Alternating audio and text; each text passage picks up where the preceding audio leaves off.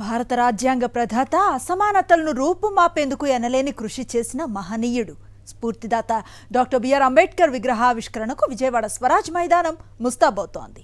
అంబేద్కర్ ఆశయాలకు అనుగుణంగా ఆంధ్రప్రదేశ్ను అభివృద్ధి పథంలో తీసుకువెడుతూ ఉన్న సీఎం వైఎస్ జగన్ చేతుల మీదుగా ఈ నెల 19న దేశంలోనే అతిపెద్ద విగ్రహావిష్కరణకు సర్వం సిద్ధమైంది. దేశంలో మరెక్కడా లేని విధంగా ప్రపంచంలోనే అతిపెద్ద అంబేద్కర్ విగ్రహాన్ని సిద్ధం చేసింది ఏపీ ప్రభుత్వం. విజయవాడ స్వరాజ్ మైదానంలో నిర్మించిన ఈ విగ్రహం దేశంలోని అన్ని పెద్ద విగ్రహాల్లో 3వ స్థానంలో ఉంది. బడుగు బలహీన వర్గాలకు రాజ్యాధికారం దక్కాలన్న మహోన్నత వ్యక్తి అంబేద్కర్ లక్ష్యాలను సాకారం చేస్తూ ముఖ్యమంత్రి వైఎస్ జగన్మోహన్ రెడ్డి మధ్య నుంచి వచ్చిన ఆలోచనలకు ప్రతిరూపంగా అంబేద్కర్ స్మృతివనం రూపుదిద్దుకుంది. బెజవాడ నడిబొడ్డున ఉన్న విశాలమైన స్వరాజ్ మైదానంలో 85 అడుగుల ఎత్తైన పెడిస్టలపై 125 అడుగుల అంబేద్కర్ కాంస్య విగ్రహం టీవీగా నిలబడింది. అంబేద్కర్ రచించిన రాజ్యాంగం సమాజాన్ని నిర్మించిందని, అణగారిన వర్గాలకు అంబేద్కర్ నిలువెత్తు రూపమని ఎంపీ విజయసాయిరెడ్డి పేర్కొన్నారు. సీఎం వైఎస్ జగన్ అంబేద్కర్ ఆశయాలను అమలు చేస్తున్నారన్నారు. అంబేద్కర్ విగ్రహావిష్కరణ సందర్భంగా తాడేపల్లిలోని వైఎస్ఆర్సీపీ కేంద్ర కార్యాలయంలో జరిగిన కార్యక్రమంలో సామాజిక సమతా సంకల్పం సభ, సామాజిక న్యాయ మహాశిల్పం పేరుతో పోస్టర్ విడుదల చేశారు.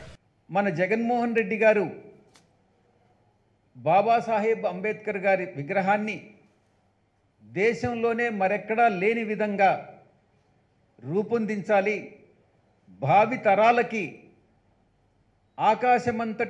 ఆకాశమంత ఎత్తున్నటువంటి ఆ సంస్కారవంతుడి విగ్రహాన్ని భావి తరాలకు అందించి చిరస్థాయిగా ఈ యొక్క ఆంధ్ర రాష్ట్ర ముఖ్యమంత్రిగా ఆయన కూడా చరిత్ర పుటల్లో నిలిచిపోతారనడంలో సందేహం లేదు. గతంలో అంబేద్కర్ విగ్రహం ఏర్పాటు చేస్తానని చెప్పి చంద్రబాబు ప్రజలను మోసం చేశాడని, గత పాలనలో ఎన్నో అవమానాలను, హేళనలు, దాడులను చూశామని మంత్రి మేరకు నాగార్జున అన్నారు. ఆనాడు నిజ అసెంబ్లీలో అంబేద్కర్ గారి విగ్రహం పెడతారని చెప్పి వాళ్ళకి కష్టం వస్తే వాళ్ళ కేసుల్లో ఇరుక్కుని పోయినటువంటి అంశాలు చర్చకు వస్తూ ఉంటే, కాల్మనీ సెక్స్ రాకెట్ విషయాలు వస్తుంటే కాదు చర్చ అంబేద్కర్ గారి విగ్రహం వైపు నడిపి ఆ విగ్రహాన్ని ఏర్పాటు చేస్తారన్నటువంటి పరిస్థితి నుంచి 5 సంవత్సరాల అధికారంలో ఉండినా ముళ్ల పొదల్లో విగ్రహాన్ని ఏర్పాటు చేస్తారని చెప్పినటువంటి చంద్రబాబు నాయుడు గారు విగ్రహాన్ని ఏర్పాటు చేయలేకపోయి డాక్టర్ బిఆర్ అంబేద్కర్ పేరును ఓట్ల కోసమే గత ప్రభుత్వాలు వాడుకున్నాయని, అయితే సీఎం జగన్ అందుకు భిన్నంగా ఆయన ఆలోచనతో పాలన చేస్తూ చరిత్ర పుటల్లో నిలిచిపోతారని ఎంపీ నిందికం సురేష్ అన్నారు. ఎప్పుడు చూసినా గత ప్రభుత్వాలు అంబేద్కర్ గారిని ఓట్ల కోసం వాడారే తప్ప ఏనాడు కూడా మన మీద ప్రేమ ఉండో, ఆయన మీద ప్రేమ ఉండో ఏనాడు మాట్లాడిన వ్యక్తులు దాఖలాలు లేవు. అలాగనే ఇవాళ జగనన్న వచ్చిన తర్వాత మాటలు తక్కువ మాట్లాడుతూ, అదేవిధంగా పని చేసి చూపిస్తూ చంద్రబాబు నాయుడు కంపల్లో తొప్పల్లో మహానుభావుడు విగ్రహాన్ని పెట్టాలనుకుంటే జగనన్న మాత్రం వేల కోట్ల రూపాయల స్థలంలో విజయవాడ నడిబడిలో మరి పొద్దున్నే లేస్తే ఆయన కనిపించేలాగా, ఇటు నుంచి వెళ్ళినా ఇటు నుంచి విజయవాడకి ఎంటర్ అయినా కానీ అంబేద్కర్ గారి విగ్రహం కనిపించే విధంగా, అణగారిన జాతుల నుండి అదేవిధంగా అణిచివేత నుంచి ఆకాశం ఎగిసిపడ్డ అంబేద్కర్ గారి విగ్రహాన్ని మరి విజయవాడ నడిబొడ్లో పెట్టడం చాలా సంతోషంగా ఉంది. విజయవాడలో 125 అడుగుల అంబేద్కర్ విగ్రహం ఏర్పాటు ఒక చరిత్రని ఎమ్మెల్యే మల్లాది విష్ణు అన్నారు. సీఎం జగన్ ఆలోచన అభినందనీయమని, భారతదేశంలో ఏపీ అగ్రగామిగా నిలబడాలంటే అంబేద్కర్ ఆలోచనలతోనే సాధ్యమన్నారు.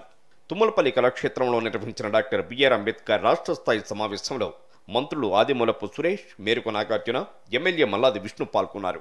విగ్రహం ఎందుకంటే ఆయన ఐడియాలజీ, ఆయన ఆలోచన విధానం, ఆయన ముందు చూపు అవన్నీ కూడా మనం కలిగి ఉండాలి, ఆయన బాటలో నడవాలి.